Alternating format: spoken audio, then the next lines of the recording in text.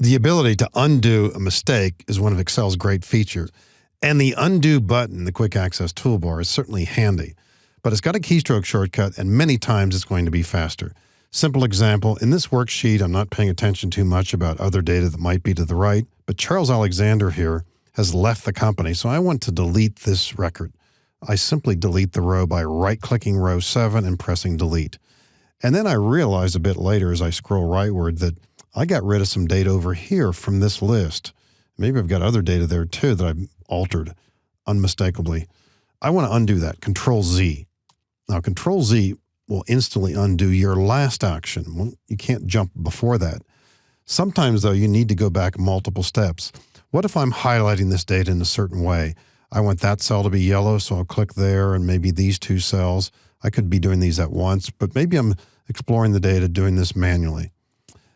And instead of doing this, I change my mind. I want to undo that. I can press Control-Z repeatedly, moving backward in time. If you want to go even farther back, you might want to consider using the undo button. It's got a little drop arrow to the right of it, and we can go back up to 100 steps. You can only go back consecutive actions. If you undo more than you had wanted to do, maybe I want to undo this many steps. That's my 10 last actions. All those actions are being undone. What you've just undone falls into the category of redo. In other words, undoing the undo. If I undid more than I wanted to, I could redo some of those actions. Maybe I'll redo 8 of them. So you get the idea with those. Those are difficult to explain to others. You'll just have to experiment with that yourself. Now, sometimes you actually want to repeat an action. For whatever reason, I want column A and maybe some other columns too to have a certain look. So I'll go into the font group on the Home tab and choose a different color, say this one. Now, later I decide I want to use that for column C. So I'll click here, and I can repeat the action by pressing Control-Y, or I can also press F4 over here. This means repeat, so we can repeat an action with Control-Y or F4. There will be other times too when you say, I want to go back and forth. For example, chart data here.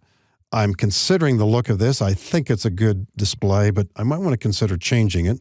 So on the Design tab in the ribbon, I want to change the chart type, and I'm going to choose a column type here. This one here, I'll double-click that. So I kind of like that, but maybe on the other hand, it's the other one. So I'll press Control-Z to undo, and now I'll say to myself maybe, well, how does that other one look again? Control-Y to redo. Control-Z to undo, Control-Y to redo. So you can toggle back and forth sometimes. And when you are making formatting changes, perhaps to charts or to other visual features in Excel, that ability to go back and forth sometimes lets you assess the different displays and help you decide. So using Control-Z to undo, Control-Y to either redo or to repeat, and also F4 in that example too.